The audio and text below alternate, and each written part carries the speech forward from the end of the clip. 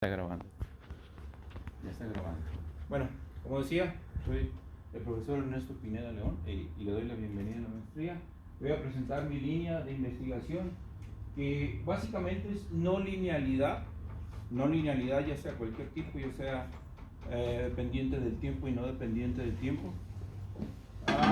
Y también mecánica de fractura. Yo manejo esas dos líneas de investigación. Y todo es con simulación numérica. Por favor. Un poquito de mi currículum antes de entrar en materia yo hice la licenciatura en Ingeniería Civil en la Universidad de Sonora, la maestría en estructuras aquí, la que ustedes van a cursar dentro de poco, y hice un doctorado en Ingeniería Mecánica en Londres, Inglaterra, en Queen Mary College, y fui asistente de investigador también en el Queen Mary College en Londres. También tengo postdoctorado en Ingeniería Mecánica aquí en Esime, Zacatenco, con el doctor Balanqui. ¿Qué tipo de no linealidad manejo o yo analizo? Primero, la no linealidad del material en general, plasticidad, viscoplasticidad, creep, y bueno, también la no linealidad geométrica, entre ellas grandes deformaciones o problemas de contacto también. Dentro de la mecánica de fractura, los parámetros más importantes que se revisan pues es el factor de intensidad de esfuerzos, propagación de grietas y la integral J sobre todo, ¿no? Para el caso de una mecánica de fractura no lineal. No, regrésalo por favor. Vean, ahí está. Ahora, ¿por qué simulación numérica? Yo siempre he considerado la simulación numérica como una alternativa a las pruebas de laboratorio. Regularmente, pues sí, o sea, a veces dicen es más seguro la prueba de laboratorio, es más confiable, etcétera. Puede serlo, puede no, pero hay muchas condiciones que complican un poco la prueba de laboratorio. Son más tardadas, conseguir materiales, costosos, etcétera. La simulación numérica es una herramienta muy poderosa que es alternativa y puede aplicarse a problemas o geometrías muy complejas con cargas muy complicadas y nos puede dar una aproximación o resultados muy confiable y cercano a la prueba de laboratorio, de tal manera que se puede diseñar utilizando la simulación numérica. Y es lo que la mayoría en el claustro de estructuras trabajamos, la simulación numérica con métodos como el método de elementos finitos y elementos de frontera. Yo también manejo los dos métodos. Primero, el método de elementos finitos, pues en general es algo así como muy general. Se tiene que analizar una estructura, en este caso digamos una placa con un hueco, y para poder analizar esa placa se necesita una malla. Entonces en el dominio de la estructura o de la placa, en este caso del espécimen, se pone una malla con una serie de elementos, por eso se llama elementos finitos, y se analiza en esa malla puede ser desplazamientos, esfuerzos, deformaciones, etc. También manejo el método de elementos de frontera, que es alternativo al método de elementos finitos. Debo confesar que el método de elementos de frontera fue el tema principal de mi tesis de doctorado en Inglaterra. Entonces yo trabajé con ese método como un experto en el método. Y en este caso, en el método de elementos de frontera, no necesitamos poner una malla en todo el dominio, ponemos elementos en la frontera nada más, en el caso de los problemas lineales elásticos. Con mallar la frontera es suficiente para saber el resultado, y se puede conocer en cualquier punto del dominio, se puede conocer el resultado poniendo un punto en específico. Entonces, estos son los dos métodos. Hay otros métodos también, ¿no? El método de diferencias finitas, por ejemplo, pero básicamente nosotros empleamos o el de los elementos finitos o yo el de elementos de frontera. La siguiente.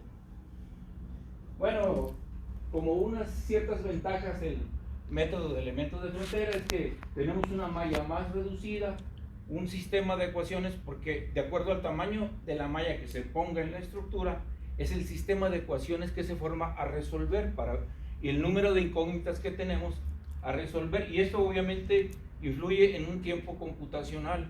Recuerden que este método, o sea, al igual que elementos finitos, es a través de un programa de cómputo, siempre va a ser a través del programa. Por eso es un método numérico y por eso se les llama aproximados, no son exactos, pero la aproximación es suficiente.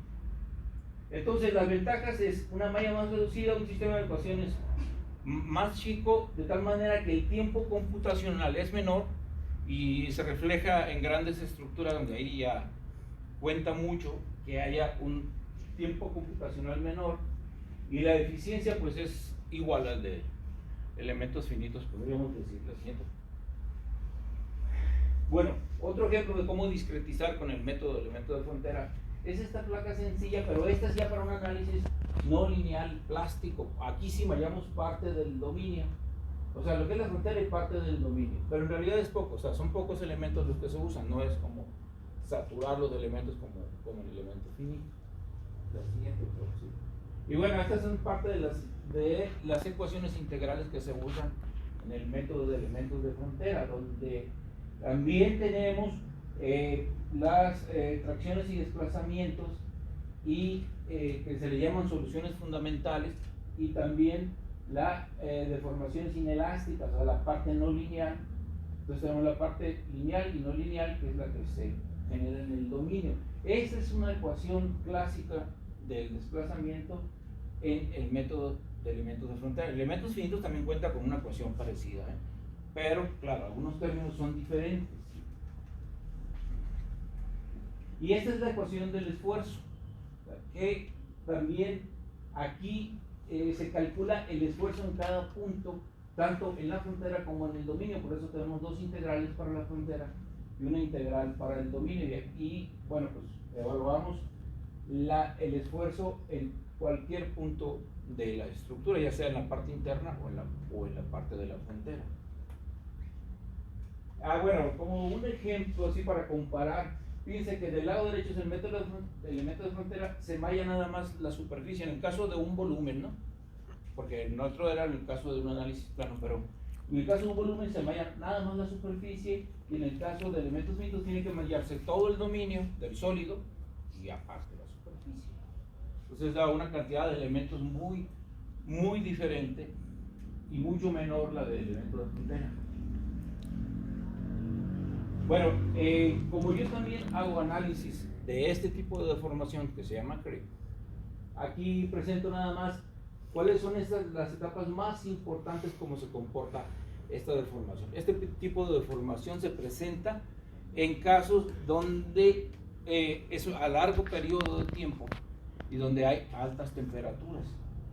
Esto puedo mencionar que últimamente estoy trabajando con la dirección de tesis de un alumno donde hizo un análisis en silos de concreto, donde se almacenaba cemento, y ahí se pudo hacer un análisis del creep y ver cómo se podía dañar esa parte. Bueno, ahorita se los platico, pero en general esta es una forma. Este es el silo del que le hablo, donde él pues malló todo el silo y hizo un análisis del creep primero para concreto armado, y después calculó el daño que se podía producir después de ese tiempo. Y así es, por ejemplo, aquí es como se comporta la deformación del creep. Ahí, como pueden ver, los diferentes colores. El rojo obviamente es donde hay mucho más deformación a lo largo de un periodo de tiempo, en este caso de 20 años, a una temperatura de 55 grados que mantenía durante todo ese tiempo, ¿no? Obviamente eso después va a fallar. Sí, seguimos. Y bueno, para el daño, bueno, uso estas expresiones para calcular el daño, porque pues son expresiones sencillas que dependen del área, del esfuerzo, dependen de la deformación del creep, para poder calcular en qué tanto se podía dañar y cuánto puede durar este silo, ¿no? Y bueno, esta es nada más para comprobar la curva de comportamiento del creep. Esta ya es una curva real de ese silo en particular, donde se ven las diferentes etapas de este tipo de deformación del creep a lo largo de más de 25 años.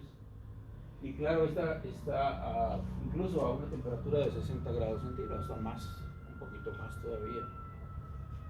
Y con esta curva que calcula el daño, aquí es donde podríamos predecir que a los 26 años este silo va a fallar.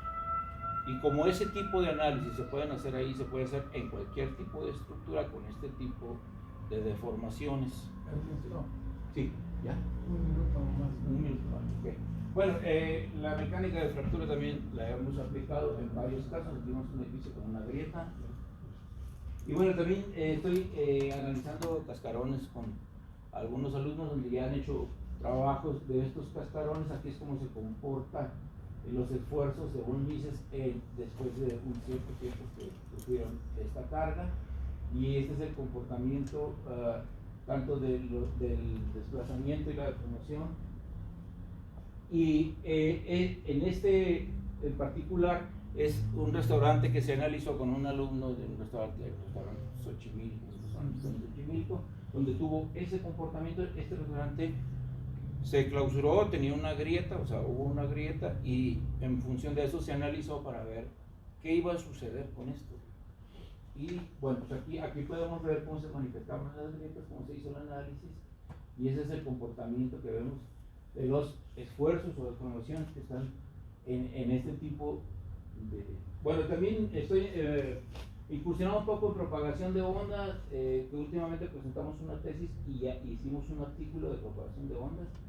Esas son las ecuaciones en general que se usan de propagación de ondas, y fue un túnel como así que se analizó con un alumno, donde era un túnel flotante y se vio los esfuerzos a los que podrían estar sometidos a través de la propagación de ondas.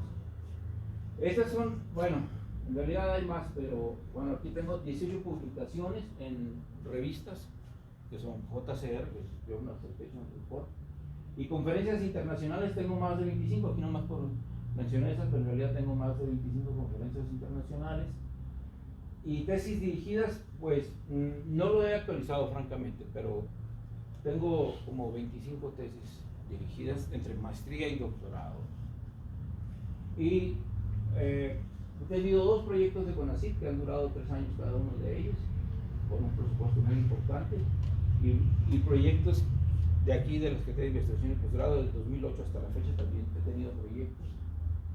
Y bueno, este es el grupo de trabajo con el que yo colaboro en el Imperial College. Colaboro con el doctor Alevade, que es el experto en el método del mito de frontera, con el doctor Valls Villafranca, y aquí en el Politécnico con el doctor Alexander Balanqui, el doctor Didier Samayoa y el doctor Orlando Sousa Rey.